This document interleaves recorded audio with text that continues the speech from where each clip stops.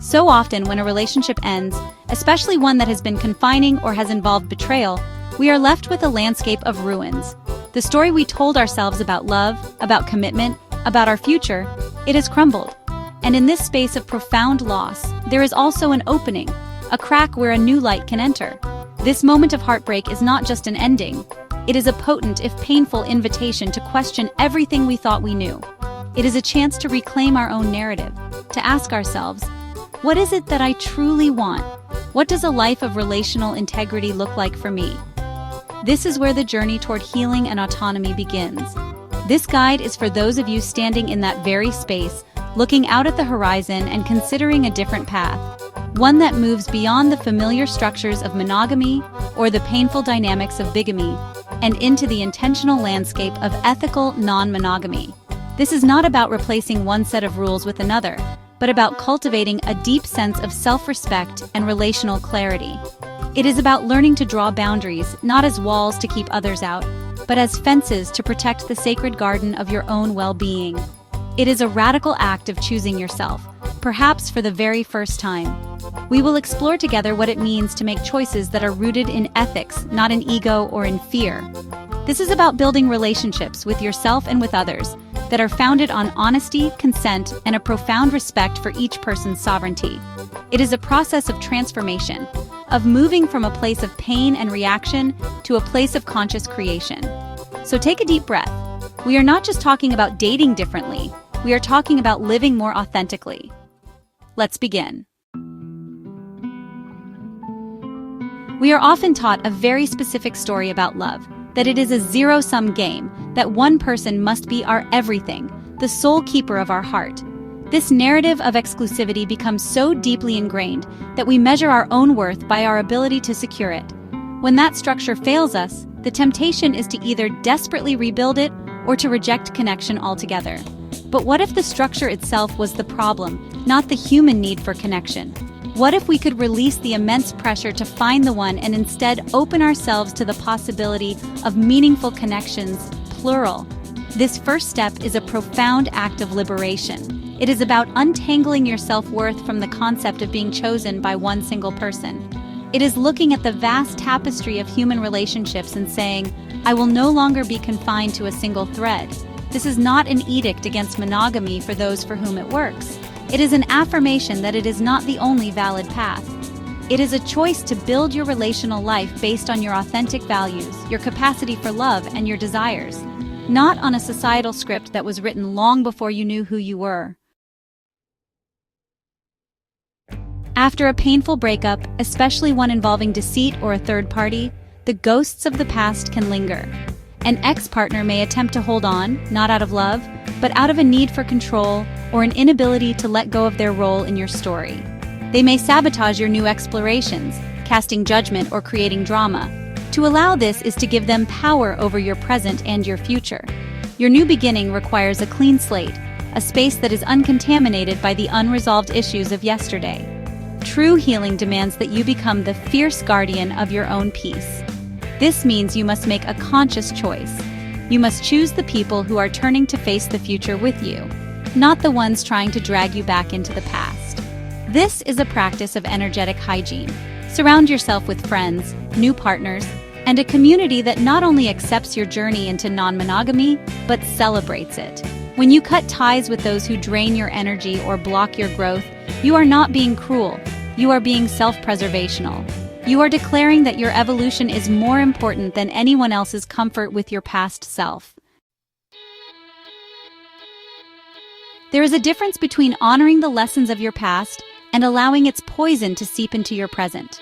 If an ex-partner, or perhaps a third party from a previous dynamic, continues to be a source of chaos, drama, or emotional distress, you must erect an unbreachable wall.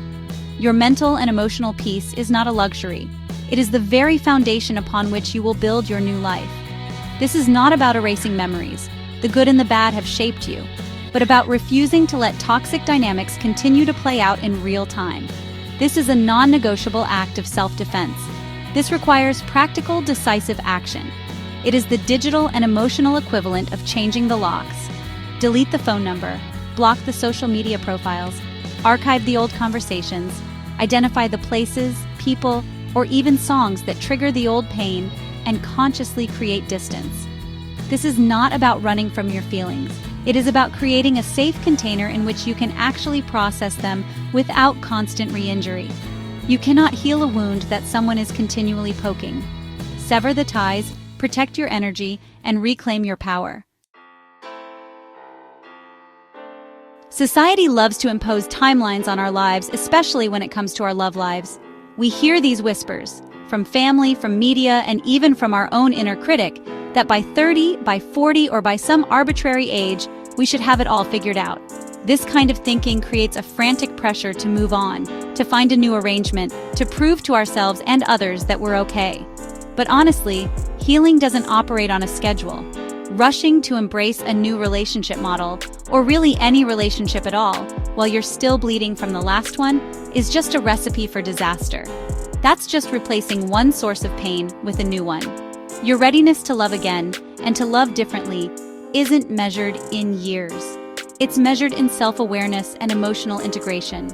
It's about doing the work to understand your own patterns, to process your grief, and to arrive at a place of wholeness on your own. Whether you're single for a year or 5 years, whether you explore connections with many, or simply focus on the relationship with yourself, the pace is completely yours to set. Authentic love, in any form, can only grow from soil that is healed and ready, not from ground that's still scorched by past fires. It's a familiar story. An ex-partner comes back, filled with regret, promising change. The pull of the familiar can be incredibly strong, especially when you're feeling lonely or uncertain. But before you even think about opening that door, you have to stand firm as the gatekeeper of your new values. The single most important question isn't, "Do you still love me?" but, "Have you done the work to understand and embrace the person I am becoming?" If you've committed to a life of ethical non-monogamy, this isn't just a negotiable preference anymore. It's a fundamental aspect of your identity and your future. If they can't or won't accept this, the conversation really has to end. This is where you practice the art of the clear, kind, and unwavering boundary. You can say, "I appreciate you reaching out, and I honor the connection we once had. However, my life is now built on a foundation of ethical non-monogamy. This is essential to my happiness and integrity. If you cannot fully accept and support me in this, then we cannot build a new connection." This isn't an ultimatum, it's just a statement of fact. You're not asking for their permission, you're simply informing them of your reality. When you're unpartnered, you actually hold this unique form of freedom. This is your time for exploration, for what we might call concubinage in the modern sense. The freedom to form multiple, meaningful, and transparent connections without the constraints of a primary partnership structure. You get to explore your own desires, practice your communication skills, and really learn what you truly need from others. The key here is your own safety and autonomy. But when you're already in an established relationship and want to open it up, the foundational rule changes.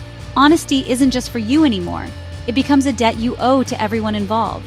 Secrecy is the cancer of non-monogamy. Any arrangement that relies on one partner not knowing about another isn't ethical non-monogamy. It's just cheating with a different name. It creates these hierarchies of knowledge and power that inevitably lead to jealousy, betrayal, and pain. You have to disclose your relationship style and status upfront, with radical transparency.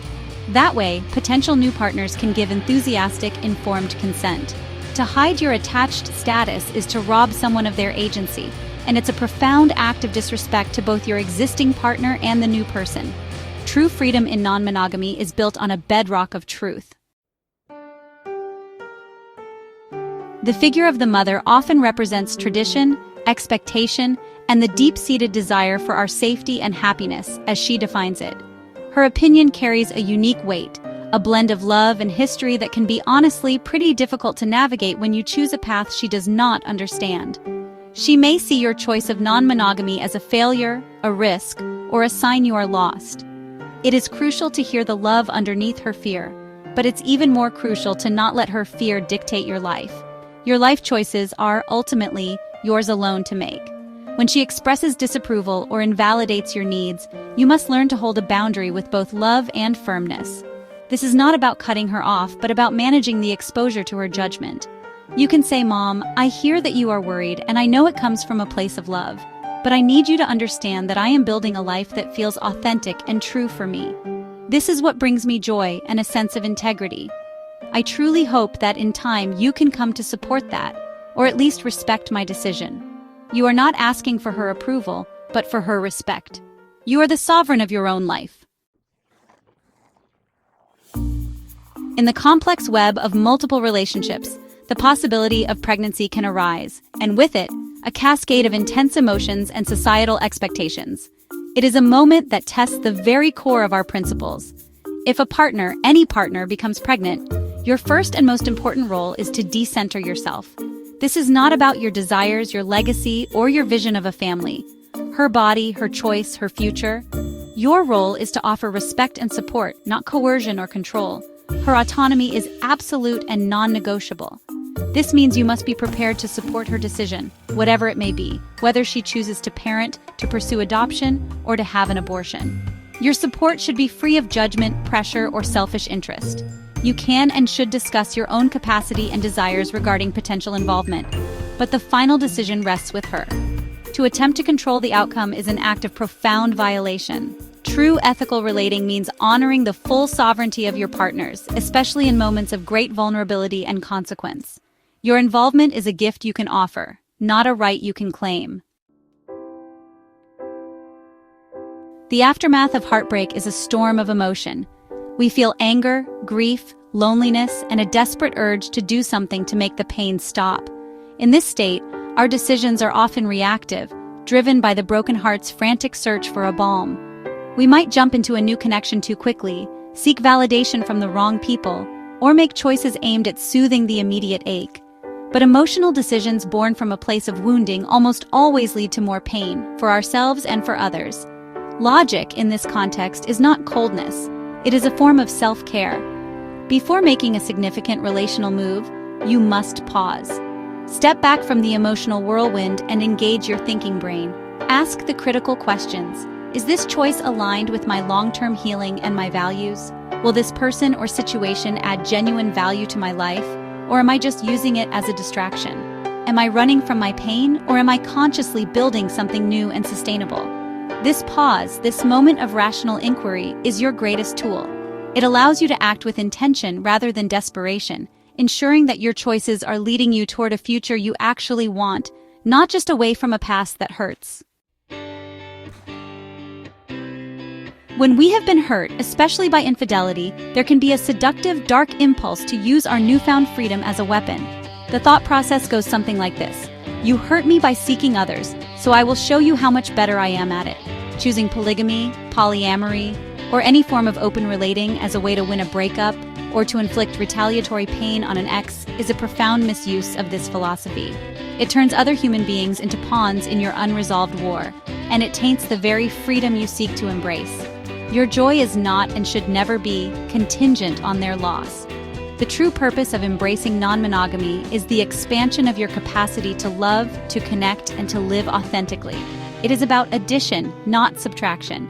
It is about choosing to date with intention, seeking partners who share your vision for a life built on honesty and mutual respect. This requires you to do the hard work of healing your own wounds, rather than using new people as bandages for them. When you approach non-monogamy from a place of wholeness and genuine curiosity, it becomes an act of creation.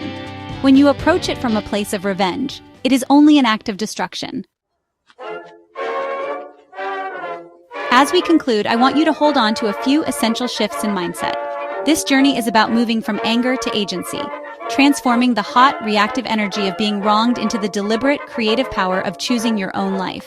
It is about prioritizing ethics over ego, ensuring that your choices are guided by principles of honesty and respect, rather than the need to prove a point or soothe a wound.